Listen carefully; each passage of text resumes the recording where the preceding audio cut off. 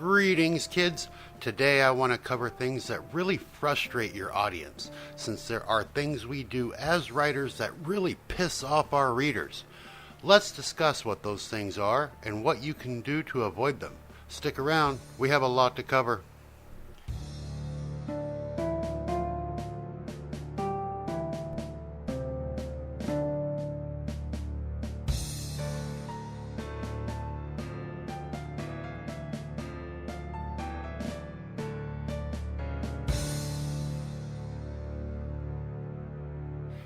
It's no secret that our readers are fickle.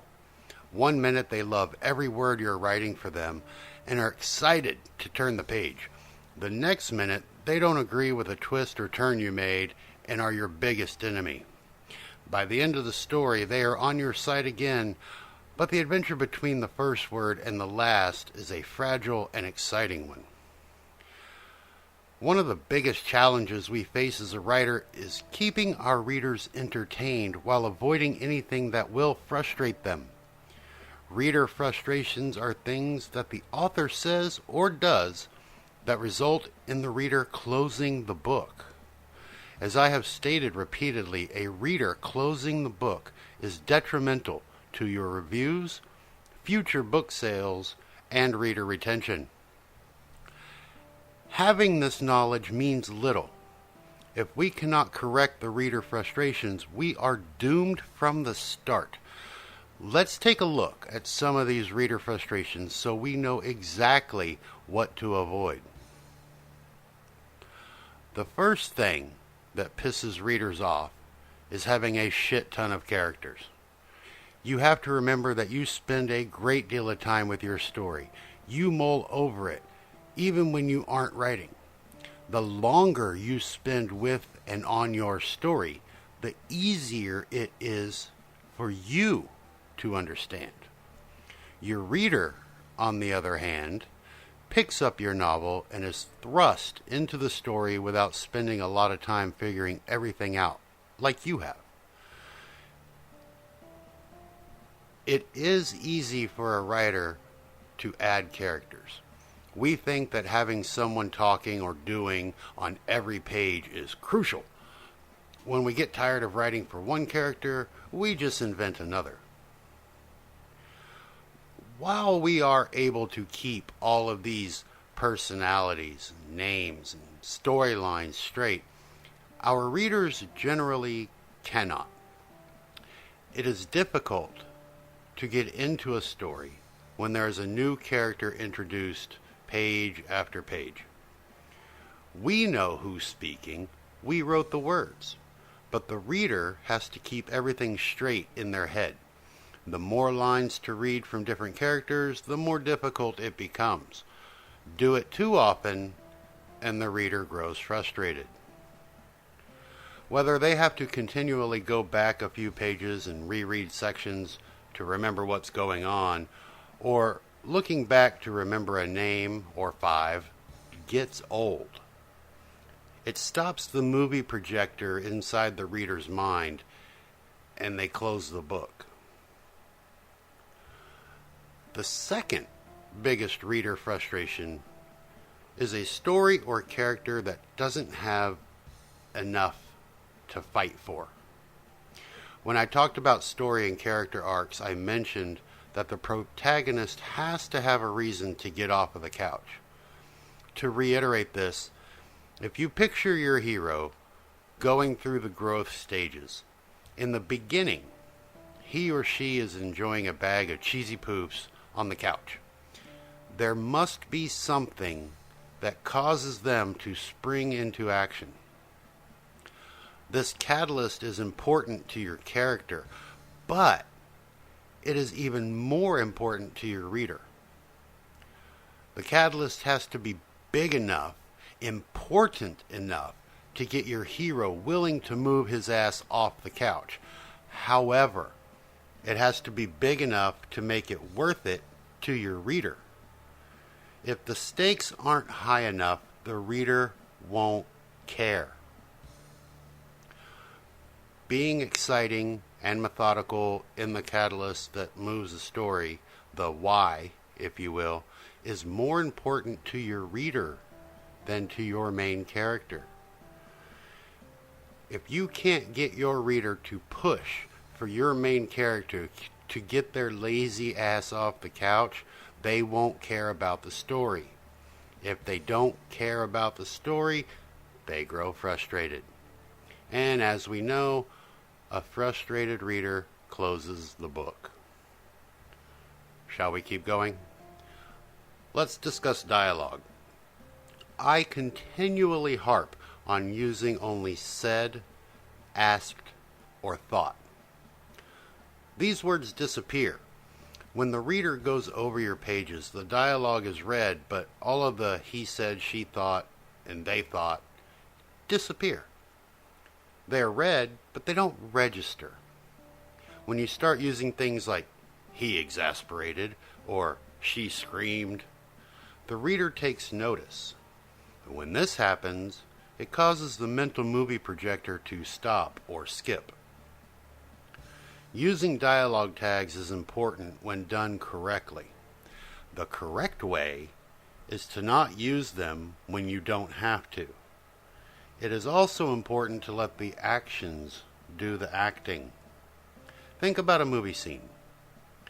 The character speaks, but we don't need a narrator to chime in with, he said, with furious anger.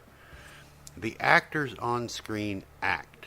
Their words, actions, and meaning convey if they are angry, happy, upset, or indifferent. The same needs to hold true in your writing. Remember, you are writing a movie. It is a mental movie, and it is designed to be viewed by one, but it is a movie nonetheless. Don't fill your mental movie with dialogue tags that don't need to be there. This will frustrate your reader to no end. And stay relevant. When you're building your scenes and introducing new characters, it is important for the reader to picture what is going on. You want them to see things how you see them. But remember, this is a movie for them. A reader enjoys when they can piece together what a scene looks like or how a character is dressed. Yes, you need to describe things. You need your adjectives and descriptive text. You also don't need to overdo it. Unless it is imperative to the story, there isn't a need for your main character to have Amazon forest deep green eyes. The reader knows they have eyes. If they were missing an eye, you would have told them. However, it is unlikely that their green eyes mean anything to your story. Get the color the hell out of your words. Leave it to the reader to color the character's eyes. You need to get the fuck on with your story. A few descriptive words is good enough. If your character is taller than most, say so. If they are chubby, say so. If they always wear a flannel shirt like they're stuck in the Seattle grunge of the 90s, say so. Your reader will enjoy that.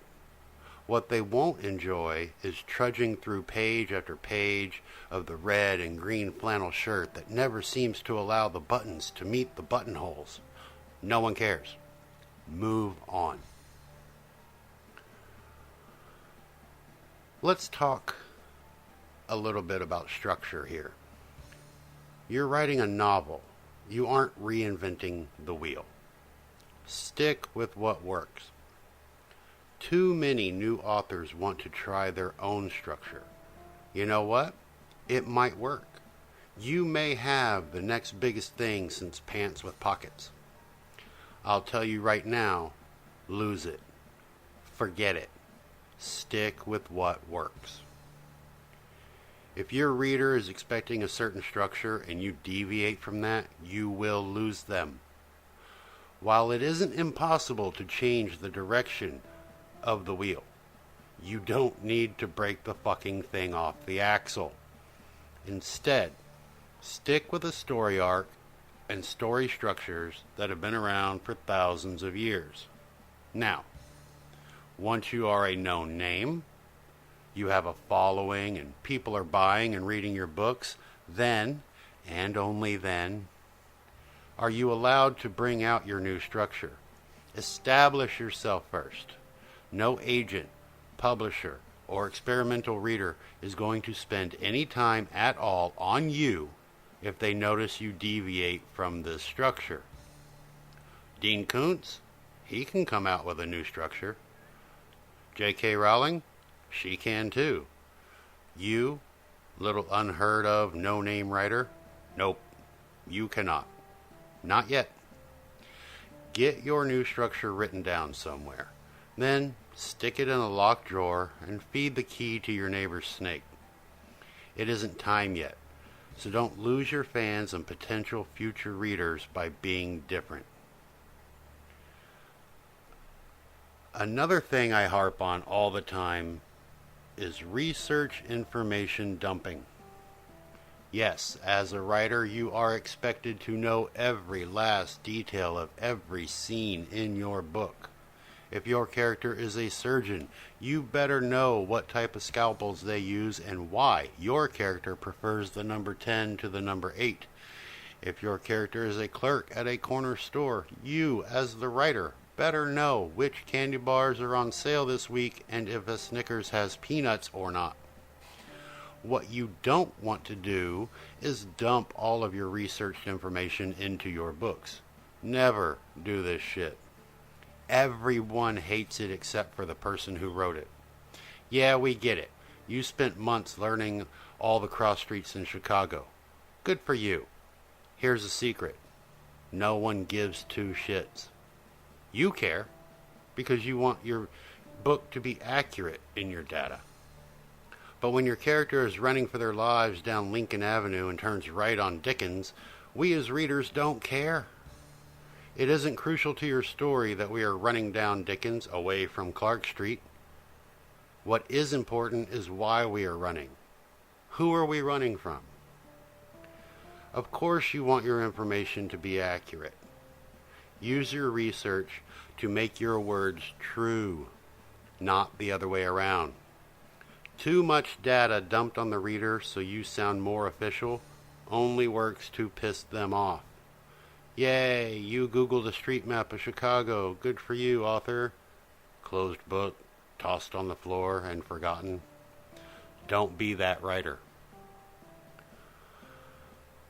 Finally, I want to once again mention the Deus Ex Machine. In case you don't know, the Latin phrase translates to God of the Machine. It is a trump card and it is bullshit. In writing, Deus Ex means you have some impossible situation the character is in, and all of a sudden, out of nowhere, comes the only possible solution to fix the problem. The one thing that will solve everything was either unknown, impossible, or never mentioned, is all of a sudden there to save the day. No. No. Stop it. Solve your character's problems the right way. Use cunning and guile and unexpected resolve. Don't use some bullshit answer that could never happen. I think the last time I talked about Deus Ex, I mentioned Mars Attacks, where old Granny's headphone jack came unplugged, and just as she was about to be vaporized and the song playing caused the aliens' heads to explode. Ah, great! Some shit song saves the day and completely by accident. No. It is a huge letdown, and your readers will hate every minute they actually stick around from that point on. Playing to your readers is the name of the game. It is easy to forget that. We have a story to tell, and we want to tell it our way. By God. However, if you cause the reader frustrations, no one will be there to hear you tell your story. Writing is give and take. You have to weave your tale in a believable way. Give the reader something to ponder and think about. Surprise them in a good way. but never frustrate them. We've covered the most important examples. There are a lot more. You interested in knowing what they are? Head to the website at extradraft.com. Find the transcript post for this episode. There is a link in the show notes. Comment there that you want to know more, and I will see about doing a part 2 for this episode. Until next week, have fun. Write words.